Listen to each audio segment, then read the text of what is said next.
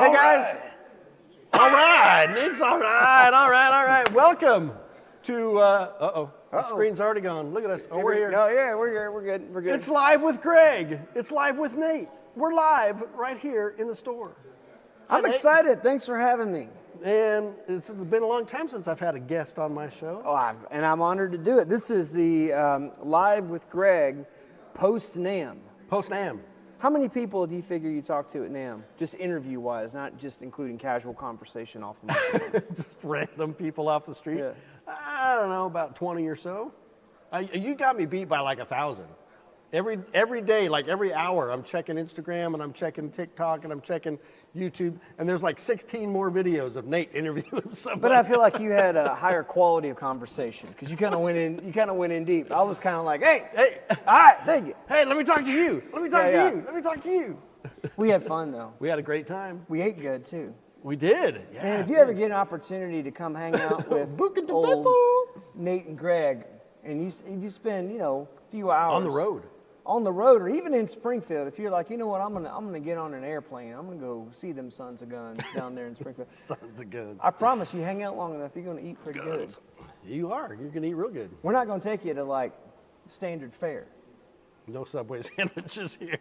Nothing against Subway, but Greg and I just kind of sometimes care for the finer things. We do care for the finer things. We've talked about having that little finer things club. We did on The Office. It'd be fun. Greg and I get excited over a Mediterranean menu.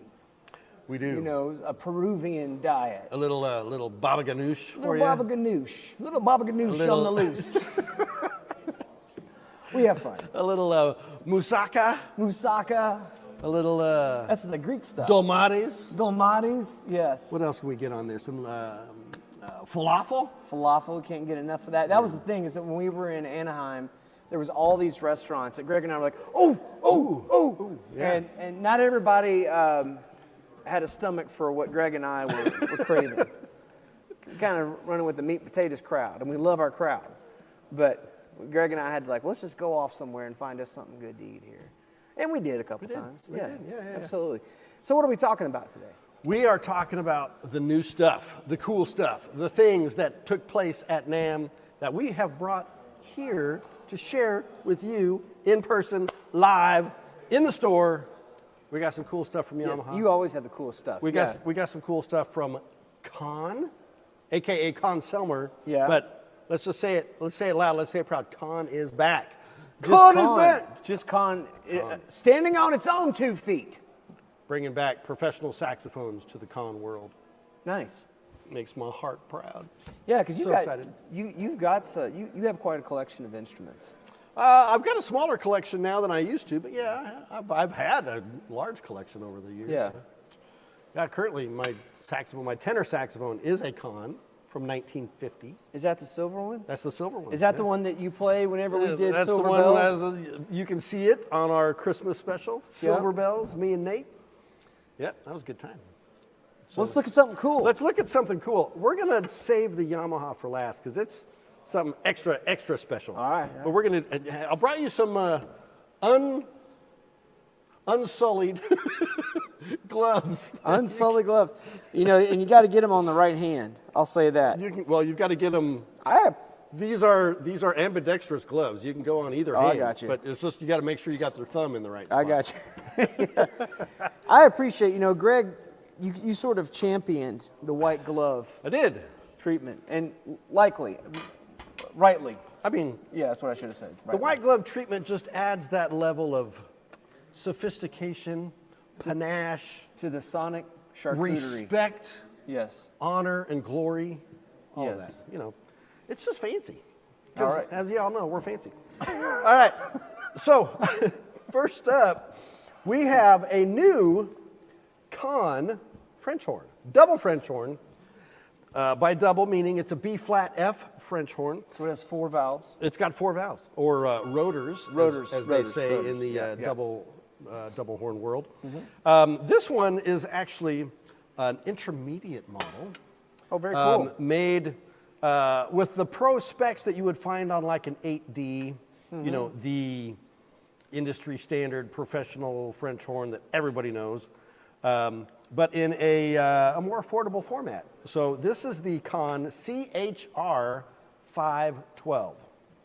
Let's zoom in on that bad boy. Zoom in. First of all, let's get that beautiful Con logo. I don't know if you'll see it on there, but there we go. There it is, Con. Very simple, no elaborate engraving or anything on here. But this is a double horn. This is a double B flat F that allows you to play in both of those keys as well. But this is the setup on this is what's called a crusp. That's KRUSPE wrap. Okay, and by wrap we mean how all of the tubing is wrapped on the inside and around the horn. Okay, so a crusp wrap, for those of you who don't know. I do not know. Do you not know? I do not know. There's kind of two schools. There's the crusp wrap. Well, there's 2.5 or 3. Let's call it. There's the crusp, which is the most common, most popular. There's the Geyer wrap, and we'll talk about that in just a second. And then there's the Farkas wrap, which is kind of a hybrid between the two. Interesting. Okay. So the crusp wrap is, for all intents and purposes, considered the closed wrap. It got a lot tighter bends on it, a lot going on kind of in a compact package. With that, you usually have a larger throat for the bell. It's a bit heavier of a horn, but this is the horn, the style that is most preferred amongst symphony orchestras, you know, your college orchestras, that kind of thing, even high school, middle school, whatnot. And this is an intermediate level of that. So very tight, very focused, strong intonation. This is what most people are used to. The Geyer wrap is kind of considered the open wrap, which is a bit brighter, a bit edgier, usually more for solo work or chamber work. Yamahas are very popular in the Geyer world, and so on. So that's what you get with that. With this other, one of the other features on this is you get the nickel silver lead pipe that is found on the 8D French horn, their top end professional model.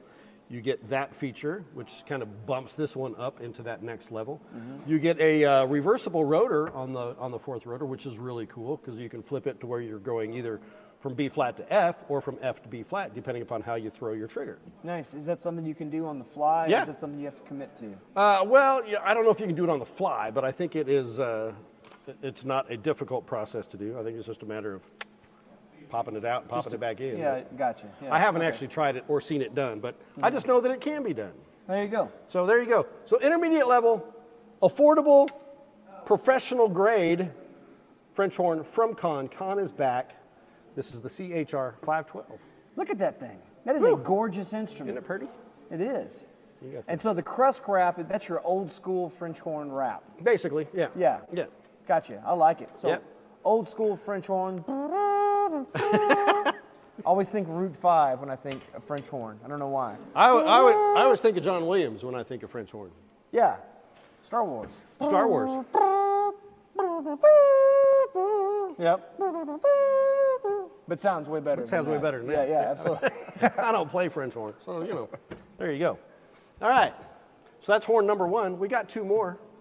Do you have any other questions for me, Nate? Well, maybe in between. You had mentioned some things about, you know, you being a band parent yourself. Yeah. And you were like wanting to relate to the other band parents out there, and how can I help you do that? Well, that's really cool. So my youngest son he's playing drums. Yeah. In band. Ooh. Yeah, and he's actually also in drum set lessons here with Alex at the store. Well, that's awesome. Yeah.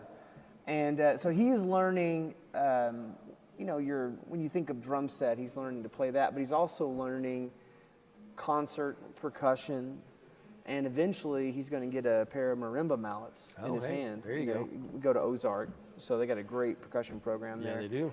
So, you know, as a band parent, even though I'm a musician and I play music and I'm around all this stuff, it's still neat to see what they're working on. And a lot of times as a band parent, you know, and again, I'm around this world, so it's not foreign to me, but I think about all the moms and dads that may feel this way. A lot of times when you hear your kid playing their part at home, you're like, what is that? How does that even equate to something that sounds something that's good? Even remotely close to music? Right, and I don't mean like they're not playing it right. I mean, it just feels like a piece of a puzzle that you haven't even seen the box yet to the puzzle, right. You know? And I just want to encourage you, one of the things that's really cool here at the store in Springfield is that we have a homeschool band that rehearses every Tuesday and Thursday. And, you know, if I was a betting man, I'd be telling those parents, hey, I bet you $100, you know, they're going to sound amazing here in about 3 weeks, 4 weeks. Because it's always amazing how Steve kind of whips them into shape, but also just how you start to hear it come together. So and they get there. It's really amazing. It honestly is amazing how it all does come together. It's like you hear all these different parts, and you're like, "Whew, I don't know, man. This is going to be rough." But with the skill of a director like Steve, we were able to get those kids. Well, but also a lot of times in harmonious balance. Oh yeah, harmonious balance comes with the band world, which is. Thank you for helping me land the plane here. Because one of the things that I wanted to say is I think because of my background in school band programs, marching and concert band, I played trombone. That was my first instrument. And then later I found guitar. Could you imagine Nate playing trombone? I would love to see that. I loved it. I wasn't very good at it, but I loved it. You and Alec played trombone too. Well, it attracts the best of us. Anyway, but it takes an odd sort to be attracted to trombone, and I proudly claim that.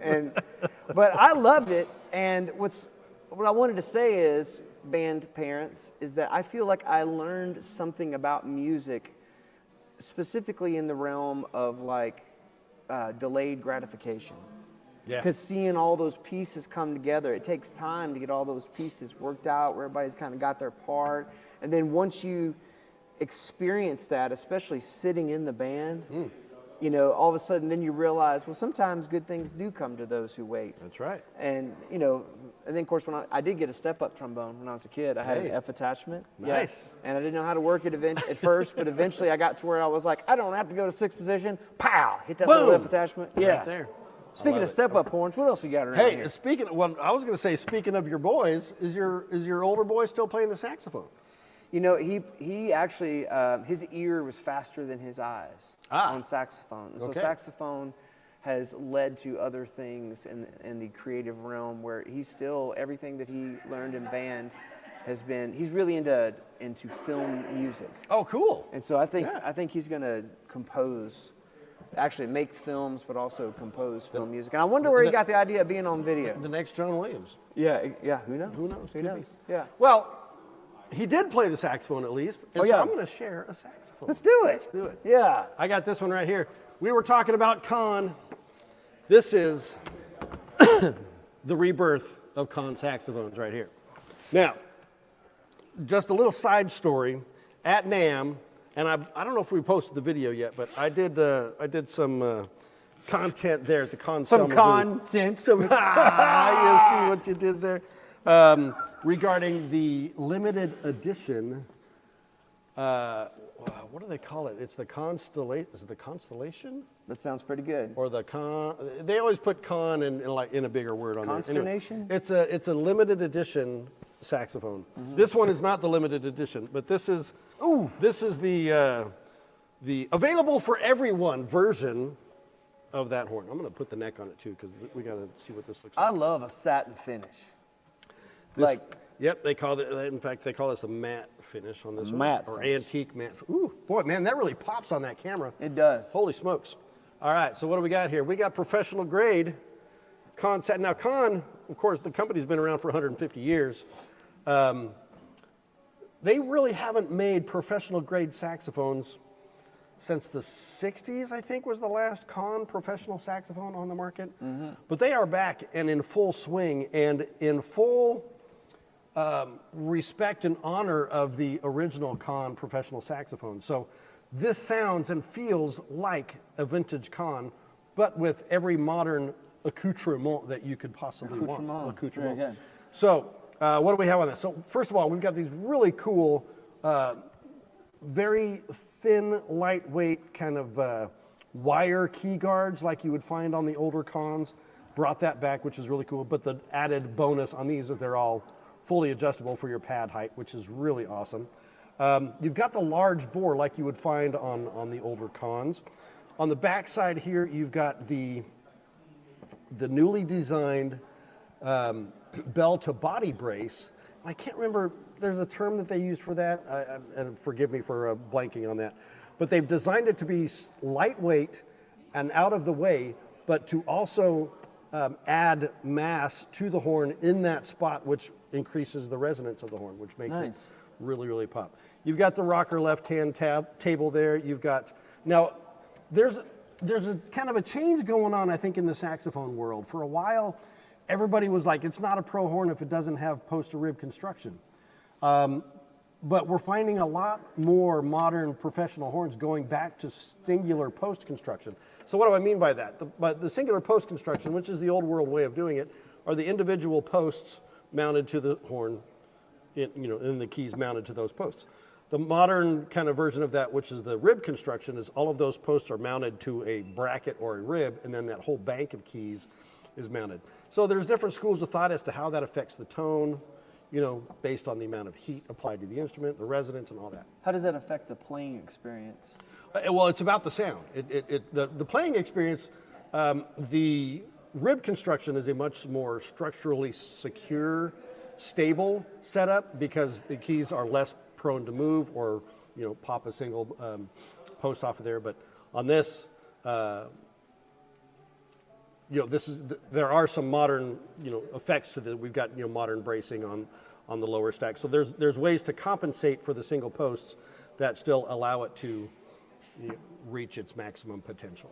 I guess my question is that when you're playing like a more modern instrument, like for example in the realm of guitar, sometimes it can kind of lead you down a certain way, whereas if you're playing more of a vintage setup instrument, it can lead you a completely different way. Is there something to be said for that kind of Yeah, thinking? oh, absolutely. Yeah, this is going to definitely fill that vintage vibe in a modern mechanism. So it's a really, really cool setup. Pisoni pads on here with metal resonators, the high-grade Italian leather pads on there, adjustable thumb hooks, mother of pearl key touches, blue steel springs. It's got everything that you want in a pro horn. It's available in like 4 different finishes. Why would you want any other finish than 4 this? or 5. Well, this looks awesome. Because some people like those other finishes. Yeah, I'm really disappointed though that you said blue steel and didn't do some sort of look in the camera like Zoolander. That one? Folks, you can't get that just anywhere. Thank you for reminding me of the Zoolander reference there. Yeah. Finishes wise, this is the amber or antique matte finish. That also comes in a traditional light gold lacquer, like you see on some of the horns. Yeah. It also comes in a dark lacquer, like some of the amber finished horns back there, or cognac or whatnot. And then it's also available in bright silver plate as well. Bright silver plate. It's like shiny silver. Shiny silver, yeah. Okay. It's all fancy like. So they're cool finishes. They're cool finishes, and they're super affordable. I mean, these are in that that $3,000 price point. Okay. For a pro horn, you can't beat it. Yeah, that's awesome. Yeah. That's awesome. So there you go. Very cool. Con is back. Yeah, and of course we have the interest-free monthly payments available. Of course. With Synchrony, we've got interest-free financing available. That's a cool horn. Take one of these home today without any money down. All you need is... So I wonder what the impetus for them saying, you know what, we need to get back in the sax game. Well, it's interesting. The Conn-Selmer company has had a kind of whole revitalization, reorganization. They've got a new president who's kind of new leadership, shaking things up. New leadership is basically what it is. There you go. That'll do it. There's a lot of stories within that we can save for another day. Garrett Garvin says, "Is Nate going to play that saxophone?" Trombone? We can get you to play a trombone. I could probably manifest a B flat concert scale on the trombone. That would be awesome. I could probably do it. Right. I feel like I've played that enough in my life, but that'd be about where she ends. B flat concert scale. Everybody's favorite scale. Absolutely. I love it. All right, well, I got one more horn to share. If we want to go ahead and dive into that. We do. Tell us a story from NAMM. Tell us one of the cool, like something that was like maybe either unexpected or just like, when you got done talking to that person or having that meeting or some sort of, chance encounter on the NAMM floor. The NAMM floor, I had a group of middle school kids think I was famous. That was fun. Well, you are. Look at you. You got gloves on and everything. Alec and I were set up on the, at the outside of the doors waiting for everything to open up and go in. Got all of our camera gear and whatnot. And kids from where was it? Carlsbad, California, I think it was, somewhere around there. Yeah. Anyway, they all come up and was like, "Are you famous?" I said, "Why, yes, I am." And they're like, "Can we get our picture with you?" They didn't ask me who I was. didn't ask for an autograph, didn't care. They just wanted their picture. I got like 6 pictures with 6 different kids. So That's that awesome. was a lot of fun. So they're going to go back, or I'm sure they have gone back to their school by now. It's like, oh, we got the picture with this famous guy. And they're like, I know. That's Wake Up with Greg. Please comment below, because I feel like we should petition and have a T-shirt made with Greg's face, and it says, I'm a big deal in Carlsbad. I'm a big deal in Carlsbad Middle School. Yeah, no, that was one. Of course, I met some great people. You know, I got to hang out with my buddy Claudio with Ramponi and Kazani. That was amazing. You met one of your clarinet heroes? I did. Paquito de Rivera. That was an unexpected moment, and honestly, one I wish I had a do-over, because there are many more questions I wanted to ask him, but I got a little fangirly and kind of blanked out for a minute. So, but he was really cool, really sweetheart of a guy. He was at the Bakun clarinet booth. I heard him before I saw him. He was playing around on a couple of the clarinets, and I was like, you know, ran over there. That is such a cool statement, because the NAMM show floor is just a cacophony of sound, and it's literally, imagine thousands of people playing, but not together. Right. You know, it's just, and for you to, that really speaks volumes of how much of an influence and how much you love this guy's music, for you to hear him from however many feet away and then go, whoa, and then just like moth to flame. Exactly. It was exactly That's so moth cool. to a flame. So yeah, that was cool. I got to meet Gabby Rose. I mean, she's amazing. One of the hottest new saxophone artists out there right now. Just check her out on all the socials. Just look up Gabby Rose Saxophone. And that's Gabi. Yeah. One B or two. I can't remember if it's 1B or 2. But anyway, you'll find her. She's That's amazing. awesome. She's got pink hair, sometimes, red hair. Super cool. Yeah, so I mean, there's more stories, but those are kind of the big ones for me. That's awesome. Yeah. Garrett says that he's kind of a big deal.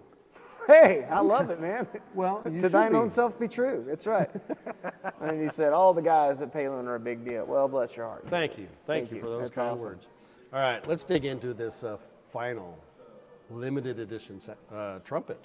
Trumpet. I'm gonna grab This it. is super special. This is super special. Not all of them are special, but this is super special. Super special. Look at the case. When the case makes the sound like you just picked up like an ancient book. It's got that creaky leather. Oh yeah. Yeah, you can hear it. Yep. That's the sound of wisdom and wind. Wisdom and wind. All right. Our good friends over at Yamaha, they've been doing this for a few years now at NAMM, releasing a NAMM special limited edition horn. Last year it was saxophones. This year they've got trumpets. And this is... How many of these do you think? There are only 100. So there's 100 of these floating out in the known universe. Exactly. This pretty one, special. This one actually happens to be number 36. Ooh, And man. how do I know that? Ooh, ta-da. Because of how? Because it's numbered on the horn itself. Oh, I see it. I didn't know if you just like, there was You don't, but there it says it right there. 36. 36 of 100. So what have we here, folks? This is the Yamaha Xeno Kangakki limited edition trumpet.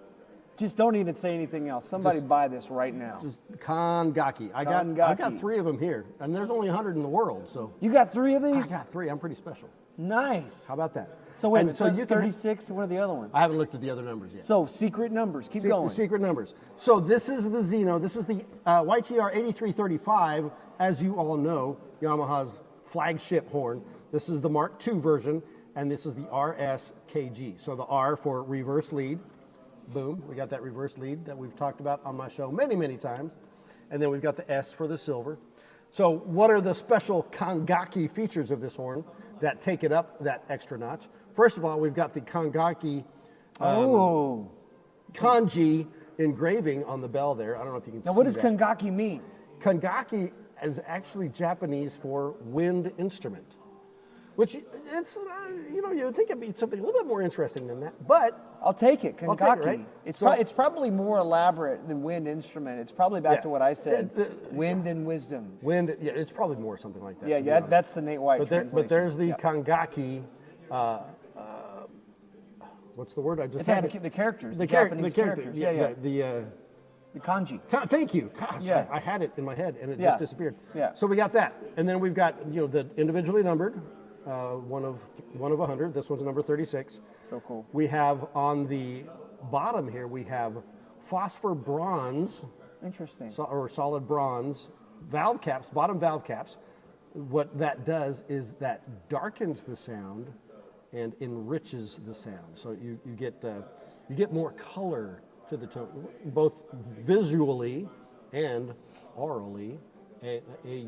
Orally? Yeah. There you go. The Orally. ears of the So, ears. all right, so we got the bronze caps. We've got the Kangakki engraving. We've got the limited edition numbers, and then we've got the black mother of pearl key touches on the finger buttons there. It's very elegant. It's a very, very elegant horn. It is rich. It's beautiful. It is limited. It's powerful. An elegant weapon for a more civilized age, to quote Obi-Wan Kenobi. Yeah, I love it. Yeah. It's just like a lightsaber. Golly, that thing is gorgeous. Isn't it pretty? So that is one that you need to get. It's going to be live on the website later this afternoon after I get photos taken of this. This just rolled in before I got here this morning. So, but there it is. So every year they do a special horn at the NAMM show. This year they did the Kangakki trumpets. Yeah. We have 3 of them. There Yeah. are only 100 out in the known universe. And do you have to be a Shokunin No. dealer? No. Gotcha. Well, you get first dibs. Okay, so we got first dibs. Yeah, that's that- cool. that's And why Greg we were went in able there to and get 3 said, of "Give me them." these 3 right here." There goes a kid. All right. Hey, it's a live day at the store. We got That's kids all right. running through here taking Absolutely. lessons. That's what it's all about. So That's a cool trumpet. that is a cool trumpet and a cool saxophone and a cool French horn. So, what type of player, because of the construction, you mentioned has a darker sound, and it's got the reverse lead. I mean, is this kind of like this is really like could fit just about anybody, or does it lean a certain way? No, it really can just fit just about anybody. Any of your advancing players in high school, college players, any professional players that are playing solo or group work. I mean, it's a very versatile, all-around kind of horn. I mean, that's the Xeno, that's the 8335. It's kind of the workhorse horn for Yamaha. They've just kind of tweaked it a little bit with some fun additions to add a little nuance to it that it doesn't normally have. So yeah, anybody can play this horn. So come on in and check it out. Or gorgeous. just hit the buy now button and take it home. Yeah, and by the way, if you ever watch these episodes, you go, man, I wish I could hang out with Greg. He did, because you know so much about all these horns. You are available for appointments, right? I am. How Yep. does a person do that? Well, you can send us a message through the website, through the web chat. You'll actually get directly to this guy, and then we'll set up an appointment that way. Or is there actually an appointment link on the website, I think? There was? Yes, there I don't is. But it's still, a little inside baseball here. It still just comes to me, Yeah. and then I'll just forward it on to Greg and get you guys connected. Yep. So, Or you can yep. call us, 1-800-882-7000. Or 417-882-7000. Kangakki. Kangakki. Or you can email me at gregr@Paley Music Center. But the point is that if you ever wanted to come in and, try a few of these instruments, because sometimes I feel like folks look at this and they go, God, especially, you start looking at saxophones, we have an overwhelming amount of saxophones. That's not even all of them. That's not even all of them. Yeah. And So- trumpets. I've got this case in front of me. You can't see them all, but this case is full of trumpets. Yeah, and not just And the wall. and is not full of just trumpets. B-flat trumpets either. We got your E-flat trumpets. We got your D trumpets. We got your C trumpets. We got Boom. your piccolo trumpets. We got them all. So Greg will walk you through that. It's the bottom line. If you ever want to make an appointment for We're something walking. like Yes, indeed. that. We're talking. That's right. Thanks for having me on your show. Yeah, Nate, I'm always happy to be here with you, my friend. You're a lot of fun. It's a good time, Yeah, for sure. absolutely. Hey, Oh. there goes the mailman. Mailman, watch out. Mailman's coming through. All right, guys. Well, that's what we've got for you today. It's good to be back in the saddle doing this show. We're going to be doing it at all kinds of different times. I don't know. But right now, it's going to be 3 o'clock Central on Mondays. So check it out. Remember this. Helping people make meaningful music is what we do. And when you're ready, we're here for you too. We'll see you next time. Bye-bye.